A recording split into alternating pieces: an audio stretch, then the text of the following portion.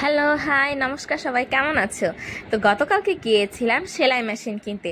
না না না, আমার জন্য না, মেশিনটা কেনা আমার দিদির জন্যে। দিদি মেশিনের কাজ জানে। দিদির একটা মেশিন ছিল, পুরান মেশিন, যেটাতে ভালো সেলাই হতো না। তো তার জন্যই একটা নতুন মেশিন কিনতে গিয়েছিলাম।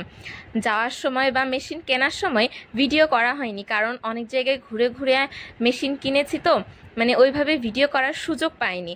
আর কিনতে কিনতেও অনেক বাড়ি আসতে আসতে অনেক রাত হয়ে গেছিল আসলে, যার কারণে গতকালও তোমাদের সাথে ভিডিওটা শেয়ার করা হয়নি। তো আজকে চলে এসেছি গতকালের পুরো ভিডিওটা নিয়ে। তো চলো খোলা যাক। আর তোমরা সবাই কেমন আছো? তোমরা কিন্তু আমার ভিডিওতে কমেন্ট করছো না। কেন করছো না বলো তো? লাইকও করছো না, কমেন্টও করছো না। এরকম হলে কি বলো ভিডিও বানানোর উৎসাহ থাকে? তোমরা লাইক কমেন্ট করবে, তবেই তো আমার ভিডিও বানানোর উৎসাহটা আরও বেড়ে যাবে। তো এই যে দেখো, মেশিনটা খোলা হয়ে গেছে, আনবক্স করা হয়ে গেছে। তো তোমরা ভাবছো যে এরকম কেন? আসলে দোকান থেকেই আমাদের পুরো মেশিনটা একদম সেট আপ করে দিয়েছে। আর আমরা নতুন টেবিল বা স্ট্যান্ড কিনিনি। তোমাদের বললাম একটু আগে যে আমার দিদি পুরনো একটা মেশিন ছিল।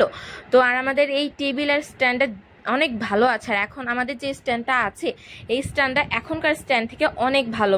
এখন যেগুলো দেখলাম বাজারে, ওগুলো অনেকই হালকা, অনেক ঠুনকো, মানে একদমই টেকসই না। আর আমাদের এই স্ট্যান্ডটা একজনে নাড়ানো যায় না, নাড়াতে গেলে কমপক্ষে দুইজন লাগে। তো তার জন্যই সব কিছু বিবেচনা করে আমরা আর নতুন স্ট্যান্ড নিইনি, নতুন টেবিলও নিইনি। আমাদের এই টেবিলটা অনেক হার্ডি।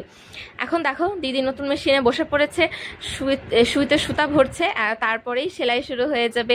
নতুন মেশিনের প্রথম কাজ তোমাদের সাথেই কিন্তু শেয়ার করলাম। তোমরা কিন্তু কমেন্ট করে অবশ্যই জানাবে যে মেশিনটা তোমাদের পছন্দ হয়েছে কিনা, বা তোমরা কে কে হাতের কাজ জানো।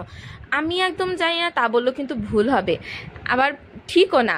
কারণ আমি পারি শুধু মেশিনটা চালাতে, মেশিনে সুতা ভরতে, এইগুলা পারি। কিন্তু মেশিনে সুতা ভরে সেলাই করাটা এখনো হয়নি।